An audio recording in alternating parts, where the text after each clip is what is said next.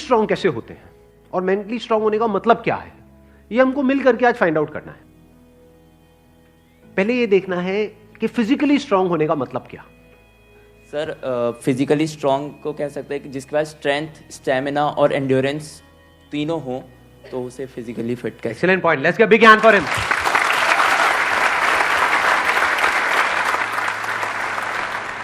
क्या हम ये कह सकते हैं उसकी मसल स्ट्रांग हो? हाँ, क्योंकि कुछ भी लिफ्ट करने के लिए, सही। वेट उठाने के लिए मसल्स का स्ट्रांग होना जरूरी है। मसल्स वीक होंगी तो आप नहीं कर पाओगे, हाँ। है ना। जो ओवरऑल स्ट्रक्चर है उसमें बोन्स भी आ गई, मसल्स भी आ गई, वो स्ट्रांग होनी चाहिए, उसको हम फिजिकल स्ट्रेंथ बोल सकते हैं। अभी यही फंडे जो हम फिजिकल में देख रहे हैं, इसी को मेंटली देख करके और फिर समझने की कोशिश करेंगे स्टेप बाय स्टेप कि उसका मतलब क्या।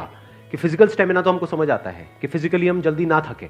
कोई बंदा है उसने थोड़ा बहुत काम किया एकदम से थक गया तो इसका मतलब फिजिकली स्ट्रांग नहीं है। जैसे बहुत लोग होते हैं, जैसे ही अपनी फिजिकल ट्रेनिंग करते हैं, कुछ भी करते हैं, हल्का सा भी दर्द होता है तो छोड़ देते हैं, छुई मुई टाइप के, है ना। तो बड़ा दर्द हो रहा है, भाई दर्द नहीं होगा तो बनेगी कैसे, है ना। Right sir. तो हल्का सा भी कुछ होता है तो छोड़ देते हैं, एंड्योर नहीं कर पाते हैं पेन को।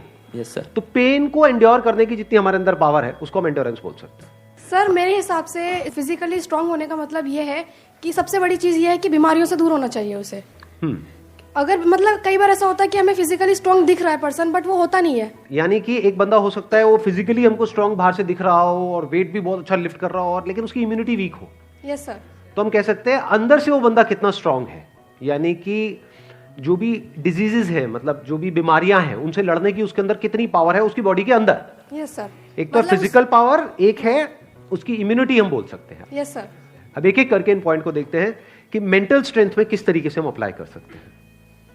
सबसे पहले बात हमने करी फिजिकली स्ट्रांग होने का मतलब क्या, स्ट्रेंथ।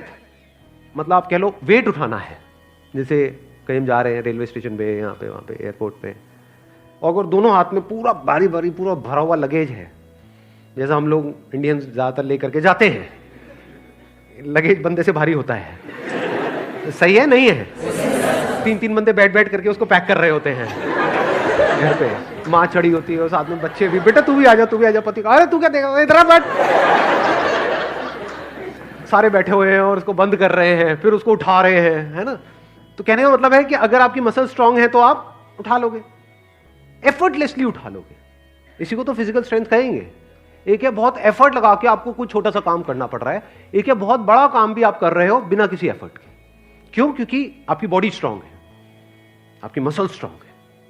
बिल्कुल इसी तरह से थिंकिंग मसल्स, यानी कि कोई प्रॉब्लम आई तो आप ये देख सकते हो आपकी थिंकिंग मसल्स कैसी है, बेस्ड अपॉन कि आपका रिएक्शन कैसा है जब कोई आपकी लाइफ में प्रॉब्लम आती है।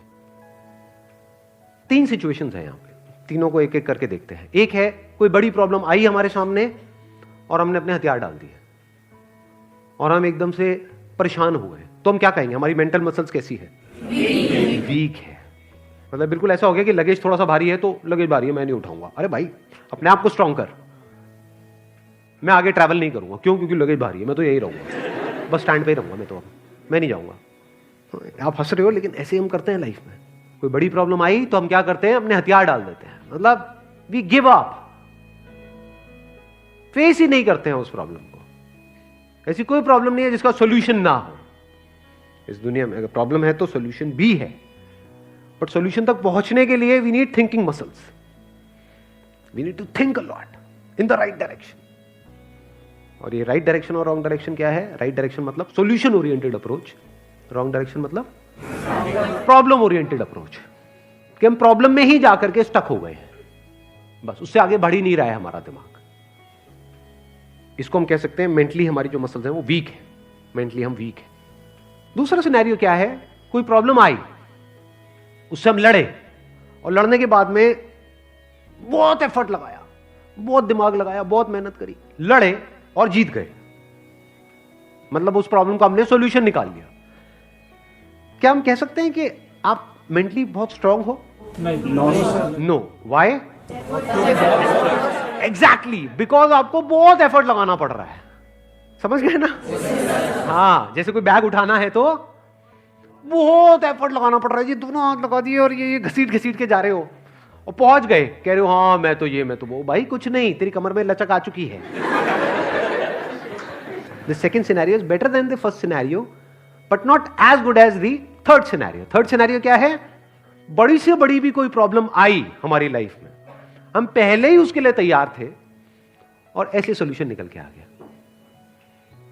मतलब वो प्रॉब्लम जो दुनिया के लिए बहुत बड़ी है, जिसको देख करके लोग डरने लग जाते हैं, वो प्रॉब्लम आपके सामने आई, ऐसे सॉल्यूशन निकल गया, एफर्टलेसली काम हो गया। यानी एक बैग आपके पास में है 50 किलो का, ऐसे उठा लिया हल्के में। मतलब लोगों को देखने में लग रहा है कि अरे बैग तो बहुत हल्का है। बैग हल्का नहीं है, उस बंदे में दम है। तो कैसे लाइफ की मुश्किल से मुश्किल प्रॉब्लम्स को भी आप आसान से आसान बना सकते हो? कितना आसान बना सकते हो कि ऐसा लगे अरे इस बंदे को तो कोई एफर्ट ही नहीं करना पड़ रहा है। उसी को तो कहेंगे मेंटल स्ट्रेंथ, मेंटली स्ट्रांग होना। इसको अगर मैं समअप करूं, जो भी अभी तक मैंने कहा है उसको एक लाइन के अंदर अंदर, तो वो क्या है? एक कैटेगरी होती है लोगों की जो सिंपल से सिंपल प्रॉब्लम्स को भी कॉम्प्लिकेटेड बना देते हैं अपने माइंड में। 99% लोग ऐसे ही हैं इस दुनिया में।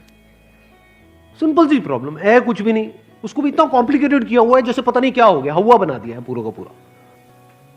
और दूसरी कैटेगरी होती है लोगों की, ऐसे बहुत कम लोग होते हैं, वही होते हैं जिन्होंने एक्चुअल में काम किया होता है अपनी मेंटल मसल्स के ऊपर। वो कौन होते हैं? जो कॉम्प्लिकेटेड से कॉम्प्लिकेटेड प्रॉब्लम्स होती हैं उनके सामने, जिसको देख करके बंदा कहे अरे यार ये तो बहुत कॉम्प्लिकेटेड है, उसको भी सिंपल बना देते हैं। जैसे फॉर एग्जांपल आपकी कोई रिलेशनशिप है किसी के साथ में और वहां पे बहुत क्लैशेस चल रहे हैं, बहुत मेजर कुछ इश्यूज हो रहे हैं। एक तो ये आपस में हम लड़ते मरते रहे कुत्ते बिल्ली की तरह, जैसे ज्यादातर घरों में होता है। उसका कोई सोल्यूशन निकल पाएगा कभी भी? नहीं। तो हमें क्या करना होगा? समझना होगा इस रिलेशनशिप में प्रॉब्लम है क्या। अज्यूम नहीं करना है पहले से कि प्रॉब्लम उसमें है या प्रॉब्लम मुझ में ही है। ये भी एक विक्टिम मेंटालिटी होती है, मेरे में ही कमी है, वो तो सब सही है बस मेरे में ही कमी है। ये भी बड़ी गंदी मेंटालिटी होती है, विक्टिम मेंटालिटी। या फिर तुझ में प्रॉब्लम है, मैं सही हूं तू गलत है। तो पर्सन को ना देखा जाए कि वो या वो, प्रॉब्लम को समझा जाए। प्रॉब्लम एग्जैक्टली क्या हो रही है रिलेशनशिप, वो जो क्लैश हो रही है उसकी जड़ क्या है, उसका कॉज क्या है। अगर वो हमको समझ आ जाता है बारीकी से, तो क्या वो प्रॉब्लम जड़ से ठीक नहीं हो जाती? और अगर हम उसको ना समझे और ऊपर ऊपर से ठीक करने की कोशिश करें, क्या वो कभी भी ठीक हो सकती है? कोई भी मिल करके क्या उसको ठीक करवा सकता है उस प्रॉब्लम को? जैसे दो लोगों के बीच में प्रॉब्लम हो रही है, कोई तीसरा आ जाए उनके बीच में मीडिएटर बन करके, मैं सॉल्व करवा दूंगा तुम्हारी प्रॉब्लम, तो कुछ देर के लिए तो वो समझौता करा सकता है, लेकिन अगर परमानेंट उसका सोल्यूशन चाहिए तो वो कैसे होगा? या तो दोनों को या दोनों में से किसी एक को बारीकी से समझना होगा ये नेचर ऑफ प्रॉब्लम क्या है। And that could be very simple. समझ गए? मतलब लगता क्या है, ये स्पेशली जो रिलेशनशिप्स की जो प्रॉब्लम्स होती है वो बहुत ही कॉम्प्लिकेटेड होती है, एक्सट्रीमली कॉम्प्लिकेटेड। समझ ही नहीं आ रहा था क्या करें क्या ना करें। कई बार होता है कि बहुत ही सिंपल होता है उसका सोल्यूशन। अगर मान लो मेरी किसी के साथ में रिलेशनशिप है, उसमें कोई प्रॉब्लम हो रही है, तो उसको बारीकी से ऑब्जर्व किया, अच्छा प्रॉब्लम हो क्यों रही है और इतनी बड़ी प्रॉब्लम क्यों हो रही है, उसकी जड़ क्या है। तो जब जड़ तक गया तो मैंने देखा कि अच्छा मैं कुछ इस तरह से बोलता हूं जहां से पूरा खेल शुरू होता है। अगर मैं ये ना बोलूं तो, और इसकी जगह ये बोल दूं तो, क्या खेल अलग डायरेक्शन में नहीं चला जाएगा? दोनों का अंडरस्टैंडिंग होना बहुत जरूरी है। आप कह रहे हो दोनों की अंडरस्टैंडिंग होना बहुत जरूरी है? हाँ जी सर। ध्यान से समझना, अब ये प्रॉब्लम ओरिएंटेड अप्रोच है, सॉल्यूशन ओरिएंटेड अप्रोच है? ये प्रॉब्लम ओरिएंटेड अप्रोच है जिसका कोई दुनिया में सॉल्यूशन नहीं है। ये बिल्कुल ऐसा है कि सरकार को तो अपना काम अच्छे से करना चाहिए। ये जो चाहिए है ना, ये हम इंडियंस की नस नस में दौड़ रहा है। सड़कों पे सबको अपनी गाड़ी ढंग से चलानी चाहिए, रेड लाइट पे सबको रुकना चाहिए, ये होना चाहिए, वो होना चाहिए, यहाँ पे सफाई होनी चाहिए, दोनों को एक दूसरे को समझना चाहिए, जो कभी नहीं होगा। तो क्या हो सकता है, इसका सोल्यूशन क्या है? ये हो गई प्रॉब्लम ओरिएंटेड थिंकिंग कि हमारी लड़ाई की जड़ क्या है, मैं तो उसको समझता हूं, वो मुझे नहीं समझती। समझ गए ना? आ गई ना प्रॉब्लम। जबकि सोल्यूशन क्या है? मुझे ही समझना है, खत्म।